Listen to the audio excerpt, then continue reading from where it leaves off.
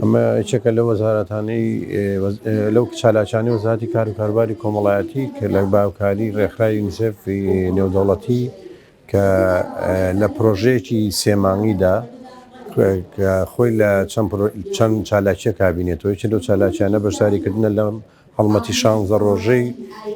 دژی تۆنوتیژی و یەکسانی جەندەر و یەکێک لەوە چالاکیەکە ئەم سیمینارەوەیە کە ئەمڕۆ بەردەوامە و لەو سیمینارەدا لە نیشانکردنی ئەو هۆکارانەی کە بنە هۆی تۆنوتیژی و هەوڵدان بۆ مەسەلەی یەکسانی جەندەر. ڕێژەکانی تونوتیژی لە ئەم ساڵدا ڕێژەکان بەگشتی زۆر نزم بوونەتەوە، بەڵام ئەم نزمبوونەوەی ئەم ڕێژانە دەلالەت نیە لە نزمبوونەوەی ڕێژەکانی تونوتیژی بە فعلی لە ناو کۆمەڵگادا، چونکە سەر تاسەری جیهاندا ڕوبەڕوونەوەی کۆڕۆنا ڕێژەکانی تونوتیژی زۆر بە بەرچاوی نزم بوونەوە و زۆر بە بەرچاوی گەیشتنە شوێنێک کە چاوەڕوان نەکراو بوو بۆ هەموو لایەنەکان. بۆیە ڕێکخراوی تەندروستی جیهانی لەگەڵ UN راپۆرتێکی زۆر تێر و تەسەلیان لەسەر بابەتەکە ئەنجام داوە تا بزانن هۆکاری دابەزینی ئەم ڕێژانە چین، کە یەکێک لە هۆکارەکان ئەوەیە کە ژنان هەموو کاتەکە ئەو ژنانی ڕوبەڕووی توندوتیژی دەبنەوە هەموو کاتەکەی ژیانیان و ڕۆژانەکەیان بەهۆی کەرەنتینە بەهۆی نەمانی دەوام بەهۆی نەمانی کار و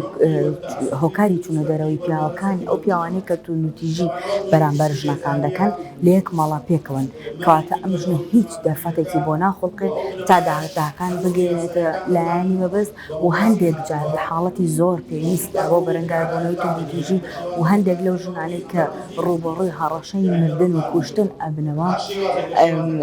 تەنیا ڕێگە چارە وەرنەگرتنی داتاکان بووە تا بتوان ژیانی ژنێک یاخود ژیانی ژنێک و منداڵێک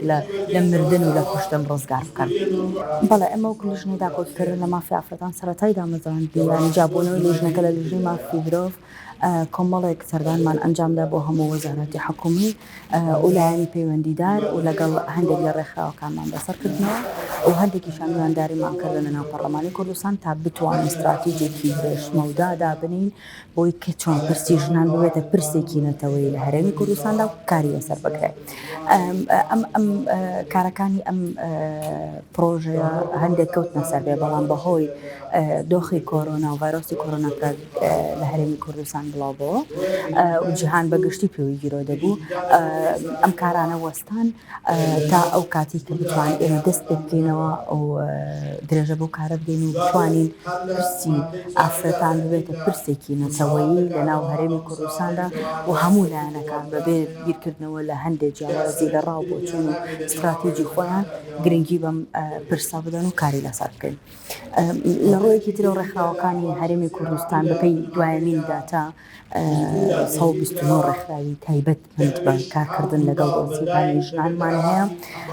کە ئەم ڕێژێکی باشە، بەڵام ئەوەی کە لە بەرچاومان تەواو ڕوونیە ئەوەیە کوالەتی کارکردنی هەموو ڕێکخراوەکان ئایا وەکو یەکە، چونکە ڕێکخراوی زۆر باشمان هەیە و ڕێکخراویشمان هەیە هەندێک کارەکانی شکڵ، بەڵام بەگشتی ڕێکخراوەکان توانیویانە فاکتەرێکی سەرەکی بن لە ڕوبەڕووبوونەوەی توندوتیژی لە هەرێمی کوردستاندا کە بەرامبەر ئافرەتان و ژنان دەکرێت و توانیویانە شوێندەستیان دیار بێ، بەڵام ئەمە ئەوشمان بیر نەچێ هەندێک جار بەردەوامی داتاکان لە هەڵکشان یا خودمانەوەیان وەکو خۆیان و کەم نەبوونەوەیان ئەومان پێ دەڵێن کە پێویستە ڕێگە چارەی زیاترمان هەبێ، شێوازی جیاوازتریشمان هەبێ بۆ ڕوبەڕووبوونەوەی توندوتیژی.